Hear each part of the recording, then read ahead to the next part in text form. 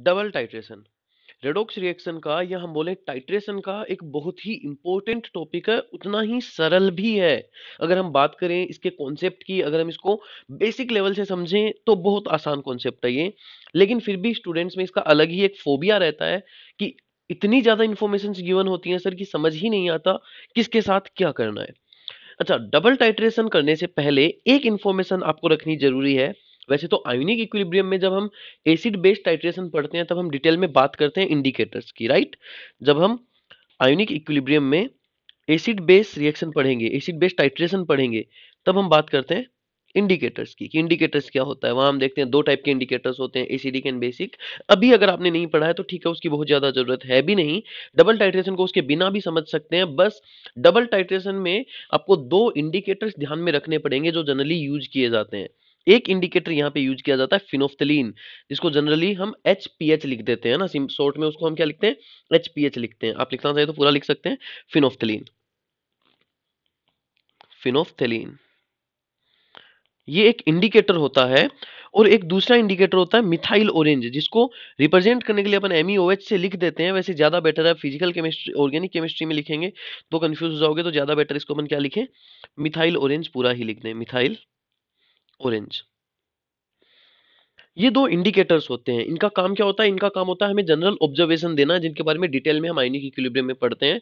जब कोई टाइट्रेशन हो रहा होता है तो उसके कंप्लीशन के लिए जो ऑब्जर्वेशन हमें मिलती है वो इंडिकेटर देते हैं अपने कलर को चेंज करके। जैसे ही टाइट्रेशन कंप्लीट होता है, एक मीडियम से दूसरे मीडियम में जाते हैं, ये अपना कलर चेंज कर लेते हैं और हमें पता चल जाता है टाइट्रेशन के कंप्लीशन का।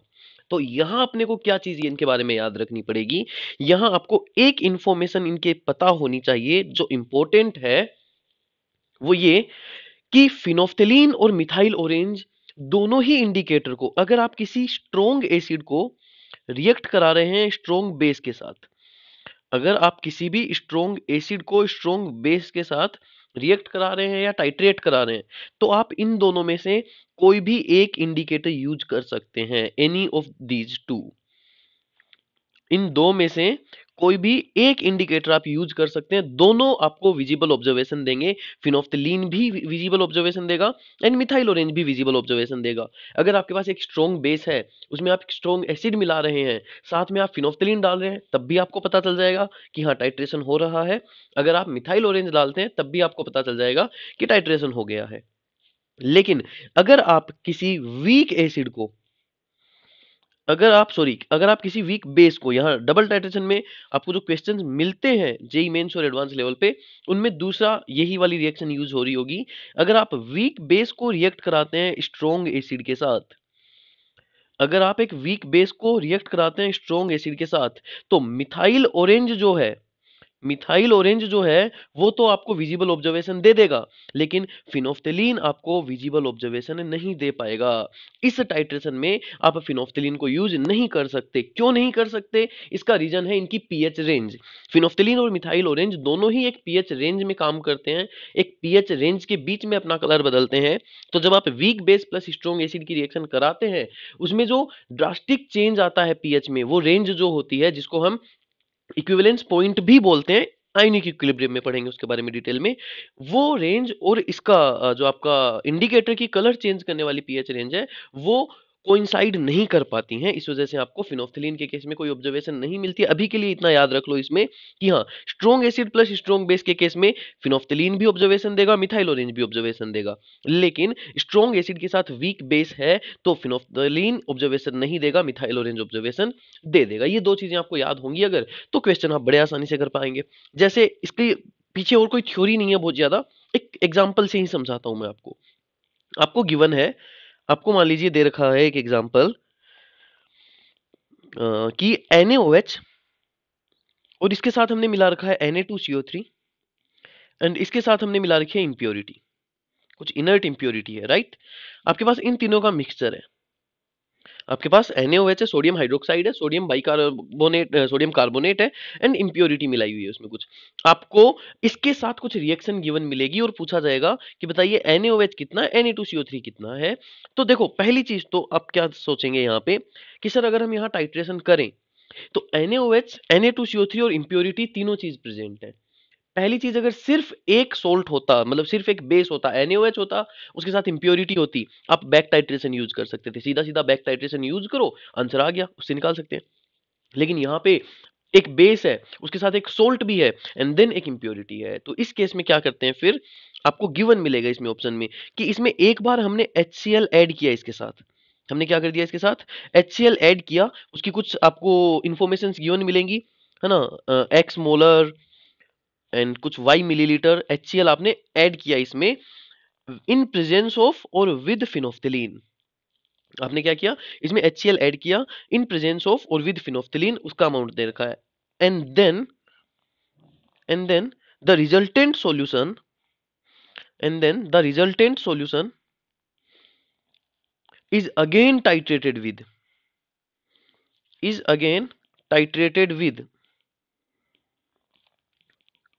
HCl। अब इसकी जो इंफॉर्मेशन है वो सेम भी हो सकती है और अलग भी हो सकती है, इसलिए मैं कुछ ले रहा हूं, A molar B millilitre HCl आपको दिया है, वो रिएक्ट कर रहा है इन प्रेजेंस ऑफ मिथाइल ऑरेंज। इस बार इन्होंने ऐसे बोल दिया कि मिथाइल ऑरेंज की प्रेजेंस में ये रिएक्शन कर रहा है, एक्चुअल में MeOH नहीं होता इसका कोई फॉर्मूला, मिथाइल ऑरेंज की प्रेजेंस में, राइट। इसे HCl फिनोफ्थिलीन के साथ और HCl मिथाइल ऑरेंज के साथ रिएक्ट कर रहा है। अब बस आपको इतनी चीजें इसमें गिवन मिलती हैं और इन पे आपको काम करना होता है।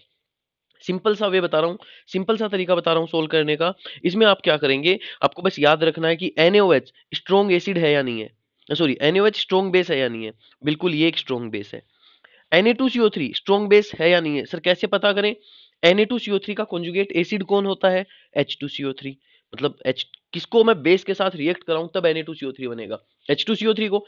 H2CO3 इसका कॉन्जुगेट एसिड है, ये कैसा होता है, एक वीक एसिड। तो एक वीक एसिड का कॉन्जुगेट बेस हमेशा कैसा होगा, स्ट्रॉन्ग बेस होगा। Na2CO3 भी स्ट्रॉन्ग बेस है, NaOH भी स्ट्रॉन्ग बेस है, तो जब फिनोफ्थिलीन के साथ आपने HCl डाला है, तो क्या वो NaOH के साथ जब रिएक्ट करेगा हमें ऑब्जर्वेशन मिलेगी, बिल्कुल मिलेगी। वो Na2CO3 के साथ रिएक्ट करेगा हमें ऑब्जर्वेशन मिलेगी, बिल्कुल मिलेगी। क्यों मिलेगी, क्योंकि HCl एक स्ट्रॉन्ग एसिड होता है, तो HCl इससे रिएक्ट करेगा तब भी strong acid strong base reaction, HCl इससे रिएक्ट करेगा तब भी strong acid strong base reaction, दोनों की ऑब्जर्वेशन आपको फिनोफ्थिलीन में मिलेगी। तो आप क्या कराएंगे, आप NaOH को भी रिएक्ट कराएंगे HCl से, कन्वर्ट हो जाएगा एक इसमें एसिड बेस रिएक्शन होगी, NaCl प्लस H2O बन जाएगा, और आप Na2CO3 को भी रिएक्ट कराएंगे HCl से, क्या होगा यहां से, अब यहां से देखना, यहां डायरेक्ट H2CO3 नहीं बनेगा, क्योंकि HCl पहले अपना एक H प्लस इसको डोनेट करेगा, ये कन्वर्ट होगा NaHCO3 प्लस NaCl में, राइट। अब NaHCO3 से अगेन HCl रिएक्ट कर सकता है, बिल्कुल कर सकता है, लेकिन वो ऑब्जर्वेशन आपको यहां नहीं मिलेगी। क्यों नहीं मिलेगी, क्योंकि Na2CO3 में एक H प्लस ऐड हो चुका है, अब वो स्ट्रॉन्ग बेस नहीं रहा। ये जो है आपके पास, आपको यहां दिख रहा है NaHCO3, ये एक स्ट्रॉन्ग बेस नहीं है, ये कैसा बन गया है, अब एक वीक बेस बन गया है। और अगर HCl इस वीक बेस के साथ रिएक्ट करेगा, तो क्या फिनोफ्थिलीन की प्रेजेंस में आपको उसकी ऑब्जर्वेशन मिलेगी, नहीं मिलेगी। अभी हमने देखा था कि weak base plus strong base acid के लिए फिनोफ्थिलीन कोई ऑब्जर्वेशन नहीं देता। तो सर उसमें दिक्कत कहाँ है, समझना इस चीज को।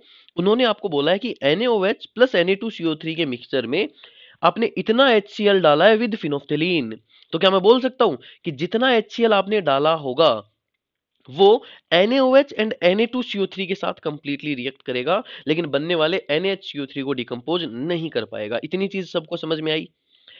अगर आपको इतनी चीज समझ में आई, तो यहां से हम रेडॉक्स रिएक्शन में लॉ ऑफ इक्विवेलेंस के बेसिस पे हम ये बोल सकते हैं कि equivalent of NaOH plus equivalent of Na2CO3, number of equivalent और नंबर ऑफ ग्राम इक्विवेलेंट्स एक ही बात है, Na2CO3 ये इक्वल होंगे ग्राम इक्विवेलेंट्स ऑफ HCl1 बोल रहा हूं मैं इसको, HCl1 जो हमने फिनोफ्थिलीन के साथ डाला है, HCl2 जो हमने मिथाइल ऑरेंज के साथ डाला है, ठीक है। HCl1 यहाँ आपको मोलैरिटी वॉल्यूम दे रखा है, HCl का n फैक्टर हो गया 1, आप इसके इक्विवेलेंट्स निकाल सकते हैं। NaOH का आपको कुछ नहीं पता है, तो NaOH का मास कितना मान लेंगे, आपको इन क्वेश्चंस में NaOH और Na2CO3 के बारे में पता करना होता है। तो NaOH का मास मान लीजिए W1 ग्राम, Na2CO3 का मास मान लीजिए W2 ग्राम, या डायरेक्ट आप चाहें तो इनके नंबर ऑफ मोल्स भी मान सकते हैं, एक ही बात है, मोल्स मान लीजिए। NaOH के मोल्स एज्यूम कर लीजिए, NaOH के मोल्स हैं आपके पास N1 मोल्स एंड Na2CO3 के मोल्स हैं आपके पास N2 मोल्स, ये हमने एज्यूम कर लिया। तो NaOH के मोल्स हो गए आपके पास कितने, N1 moles into N factor कितना होता है NaOH का 1 प्लस इक्विवेलेंट ऑफ Na2CO3 कितने आ जाएंगे, Na2CO3 के मोल्स आपने लिए हैं N2 मोल्स इंटू Na2CO3 का एन फैक्टर। सर Na2CO3 का जनरल एन फैक्टर तो 2 होता है, बिल्कुल होता है, लेकिन यहाँ पे 2 नहीं होगा। क्यों? क्योंकि यहाँ पे उसने सिर्फ एक ही H प्लस एक्सेप्ट किया है। आप देख पा रहे हैं Na2CO3 ने एक H प्लस एक्सेप्ट किया, इसलिए एन फैक्टर कितना हो गया यहाँ उसका 1 हो जाएगा। इक्वल्स टू HCl, HCl की मोलैरिटी आपको दे रखी है, वॉल्यूम आपको दे रखा है, एन फैक्टर इसका 1 हो गया। यहां से ये आपके पास एक इक्वेशन आ जाएगी, इसमें N1 और N2 अननोन है, जबकि मोलैरिटी और वॉल्यूम आपको पता है। अब उन्होंने क्या किया, उन्होंने बोला है कि ये जो टाइट्रेट हो चुका था मिक्सचर, इसमें हमने और HCl डाला है इन प्रेजेंस ऑफ मिथाइल ऑरेंज। तो यानी अब यहां जो बना था NaHCO3 यही बचा जो HCl से रिएक्ट कर सकता है। NaCl न्यूट्रल सोल्ट है, रिएक्ट नहीं करेगा। H2O HCl से कोई रिएक्शन नहीं देगा, HCl ब्रेक हो जाएगा H2O में। तो NaHCO3 है जो रिएक्ट कर सकता है HCl के साथ।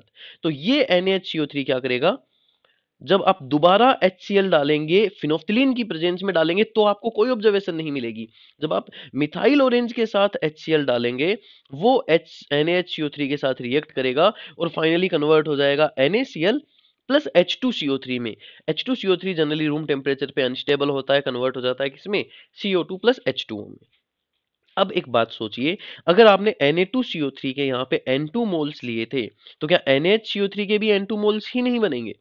क्योंकि यहाँ दोनों के नंबर ऑफ इक्विवेलेंट्स बराबर हैं, स्टोइकियोमेट्रिक कोएफिशिएंट भी बराबर है। तो Na2CO3 के एक मोल से NaHCO3 का एक मोल बनता है, इसके N2 लिए हैं तो इसके भी N2 बन जाएंगे। इसके मोल्स आपके पास आ गए N2। HCl की मोलैरिटी और वॉल्यूम आपको फिर से गिवन है सेकंड वाले का, और ये पूरी तरह रिएक्ट कर गया। तो क्या मैं बोल सकता हूं इस बार कि इक्विवेलेंट ऑफ NaHCO3 जो है अब वो बराबर हो जाएंगे इक्विवेलेंट ऑफ HCl2 के। यानी आपने जो दोबारा HCl डाला है मिथाइल ऑरेंज के साथ, उसके बराबर हो जाएंगे इसके इक्विवेलेंट। इसके इक्विवेलेंट क्या हो गया आपके पास, N2 इंटू एन फैक्टर, इसका भी 1 हो जाएगा क्योंकि एक H प्लस एक्सेप्ट किया है। इसके हो गए molarity into volume into HCl का एन फैक्टर भी कितना हो गया 1। यहां से आपके पास N2 की वैल्यू आ जाएगी, number of mole of NaHCO3 आ जाएंगे। कैसे, मोलैरिटी वॉल्यूम आपको गिवन मिलेगा हर जगह। ये N2 की वैल्यू अगर आप यहां पुट करेंगे तो आपके पास N1 की वैल्यू भी आ जाएगी। और आपके पास अगर नंबर ऑफ मोल्स आ गए हैं दोनों के, तो आप दोनों के आराम से मास भी निकाल सकते हैं कि इनका कॉम्पोजिशन क्या है।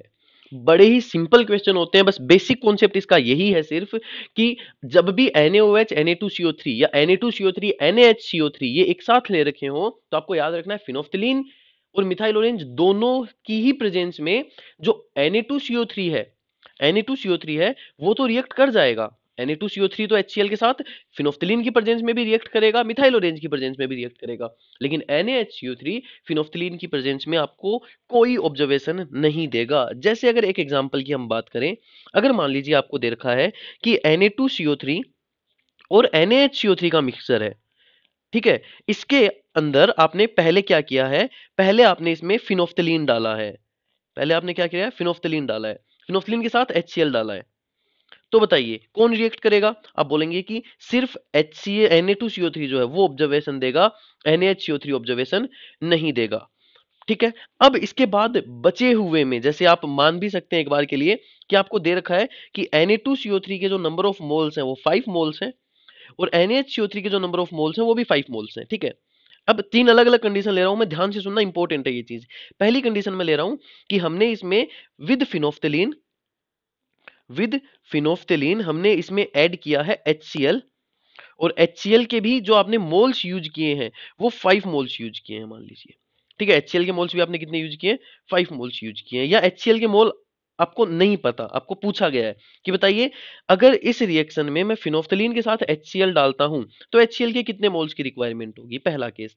तो आपको पता होना चाहिए क्या होगा इसमें कि अगर आप फिनोफ्थलीन के साथ HCl डाल रहे हैं तो सिर्फ कौन रिएक्ट करेगा, Na2CO3 रिएक्ट करेगा, NaHCO3 रिएक्ट नहीं करेगा। तो आप Na2CO3 को रिएक्ट करा देंगे HCl से, कन्वर्ट कर देंगे किसमें, NaHCO3। एक बार ही रिएक्शन कराएंगे, एक ही H रिप्लेस करेंगे, सॉरी साथ में बन जाएगा NaHCO3 बना इधर से, और हाँ साथ में बन गया NaCl।